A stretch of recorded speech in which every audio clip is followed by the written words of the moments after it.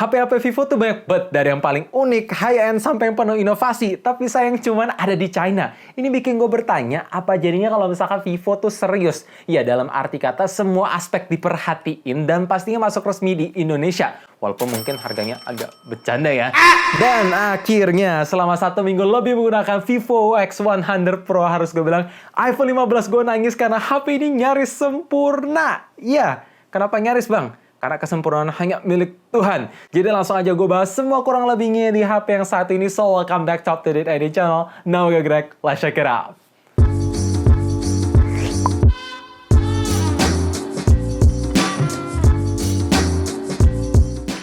Gua harus ngomongin soal kamera dulu, karena konfigurasinya komplit, resolusinya tinggi, sensornya pakai kelas atas, dan yang pasti masih kolaborasi sama Zeiss, logo biru kebanggaan para fotografer. Dan ada dua hal yang gue suka di bagian kamera, atau ngomongin soal kamera. Pertama, dalam segi vokal yang sangat menyenangkan karena super fleksibel. Ada 24mm buat foto-foto pemandangan, 35mm buat street photos, 50mm buat portrait sesuai jarak mata, 85mm buat fokus ke detail portrait dengan depth of field yang makin bokeh, dan terakhir ada 100mm buat telefoto macro shot. Bayangin kalian bisa nangkep detail yang sangat tajam tapi dalam jarak kejauhan. Iya, ini gila banget menurut gua, nggak masuk akal. Memang Zeiss APO teknologinya tuh luar biasa bagus. Dan kedua yang gua suka, perpindahan antar lensa dan mode ke mode itu responsif banget. Menurutku bisa bersaing sama iPhone. Dan ngomongin soal hasil fotonya, kalau misalkan kalian nggak ngerti kotak-katik atau males kotak-katik, menurut gua mode autonya itu bisa ngasilin foto yang on point dalam segi detail selalu tajam, dynamic range-nya konsisten, walaupun memang exposure-nya itu kadang masih agak blown out sedikit. Jadi saran gua memang wajib banget mainin exposure-nya dan pindahin color palette ke Zeiss biar hasil foto tuh kelihatan lebih natural dan kelihatan lebih enak aja. Dan ketika kalian mau foto-foto orang nih, gila sih, portrait mode-nya tuh juga nggak masuk akal. Ketika beautify-nya gue matiin, skin tone bisa mendekati natural, dalam segi tajamnya pun tajam banget, dan dalam segi bokeh atau cuttingan efek blur sampai helai-helai rambut pun juga bagus, walaupun memang nggak konsisten. Kadang bisa ke blur, kadang bisa rapi. Tapi intinya, kalau misalkan kalian bisa menghasilkan foto sebagus ini menggunakan HP doang, jelas menurut gue ini kemajuan yang luar biasa. Walaupun ada satu pertanyaan dari gue sih, kalau misalkan mau dibawa konser itu gimana ya? Gue belum sempat ke konser, jadi belum bisa buktiin. Tapi ngelihat focal length-nya yang sangat fleksibel, shutter speed-nya yang sangat cepat untuk capture foto, dan kemampuan AI after processing image yang bisa baca segala kondisi dalam malam hari, sore hari, siang hari, pagi hari, semuanya bisa dengan baik. Harusnya ini bisa jadi alternatif HP konser lainnya. Ya mungkin semoga nanti next gue bisa ada waktu untuk nyobain dan akan diupdate ke Instagram @uptodateidn. Jadi kalau misalkan kalian belum follow, tinggal follow di sana karena pasti akan gue share. Dan ngomongin soal kualitas video kamera, belakangnya bisa support sampai 8K 30 fps. Dan bahkan sekarang ada fitur cinematic mode atau live bokeh di video dengan efek cuttingan yang menurut gue rapi. Plus ini masih cukup mulus loh buat video 4K 30 fps. Dan by the way, gimana guys soal kualitas mic-nya? Coba komen di bawah karena gue langsung rekam dari HP tanpa ada extra mic. Untuk kamera depannya memang support sampai 4K 60 fps. Tapi satu hal yang gue sayangkan memang tidak adanya sensor autofocus. Jadi kalau misalkan pengen shoot sedekat ini, ya nggak tajam. Bahkan kalau misalkan gue nge-tap di layarnya pun nggak ngefek apa-apa guys. Padahal ini kepake kalau misalkan kalian pengen vlogging menggunakan smartphone.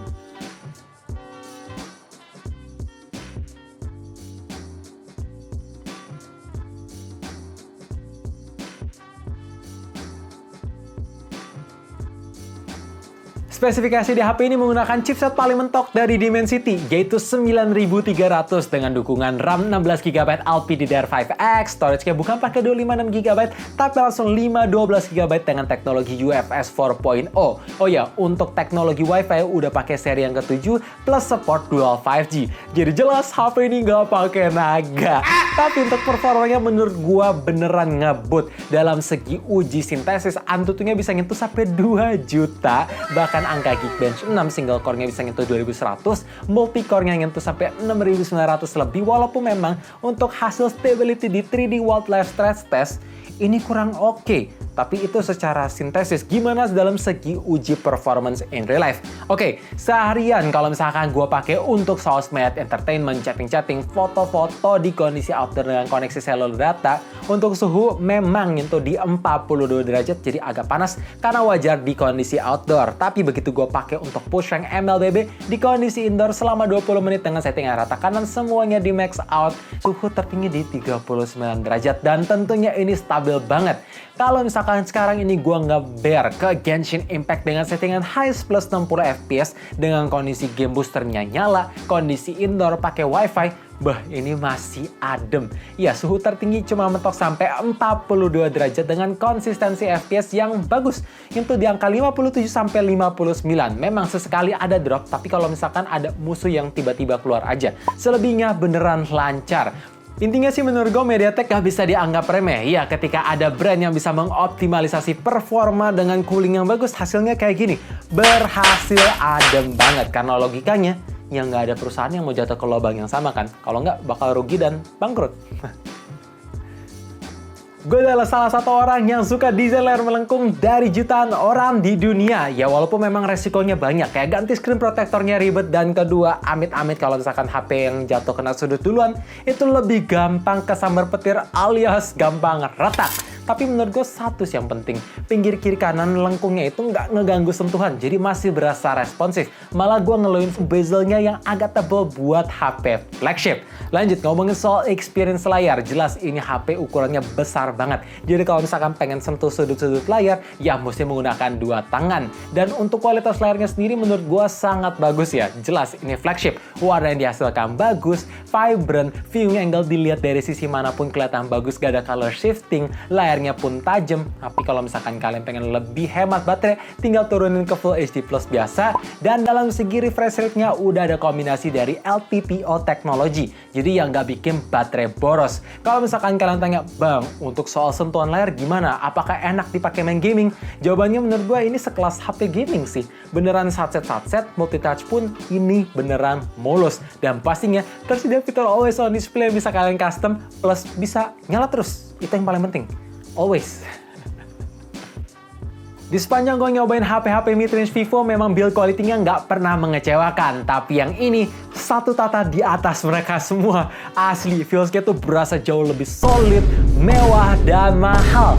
Itu yang paling penting. Dalam segi desain, gue ngerasa ini lebih simple, kayak elegan banget. Walaupun memang bikin gue OCD, karena kameranya tuh terlalu ke atas dari ring kameranya. Jadi kelihatan kurang simetris. Dan ditambah karena gue sering nge-game di HP yang satu ini, daki tuh sering nempel di bagian bawah, jadi susah dibersihin. Walaupun ya jelas fitur-fitur IP rating kayak IP68 itu tersedia. Jadi kalau misalkan kalian nggak sengaja jatuhin HP ini ke dalam air selama 1,5 meter 30 menit akan aman-aman aja. Tapi gue harus kasih tahu ke kalian, karena ini bukan HP yang kecil alias besar banget plus agak tebel. Jadi kalau misalkan kalian sering menggunakan satu tangan lama-lama, pergelangan tangan tuh bisa pegel. Dan ditambah kalau misalkan kalian pengen pakai HP ini tanpa casing terus taruh di meja, ya bisa ngoplek. Solusinya mesti pakai casing bawaan biar sedikit lebih membantu. Fitur di HP ini super komplit, pelit.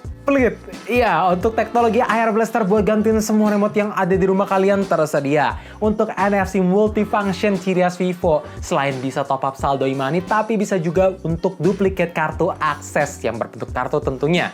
Dalam segi fingerprint masih ada di dalam layar dengan performa yang ngebut banget, walaupun memang gue sayangkan untuk ukurannya nggak segede kayak X80 Pro kemarin, jadi ini sedikit downgrade. Dan dalam segi speaker, stereo cuy.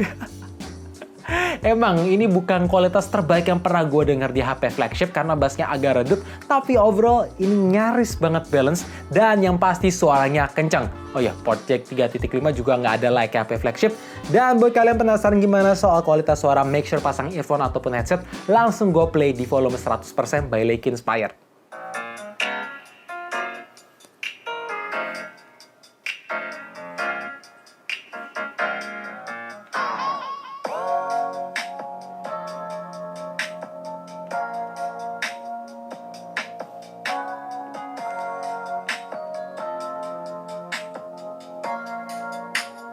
Ya, kayak gitu. Oh ya, satu hal terakhir. Haptic vibration-nya tentu juga berasa mahal. Ukuran baterai di HP ini sih jumbo banget buat kelas flagship, yaitu 5500 mAh, dan ketika gue pakai untuk kebutuhan entertainment, chatting, dalam segi sosmed, semuanya bisa dapat screen on time 8 jam 17 menit yang awet banget.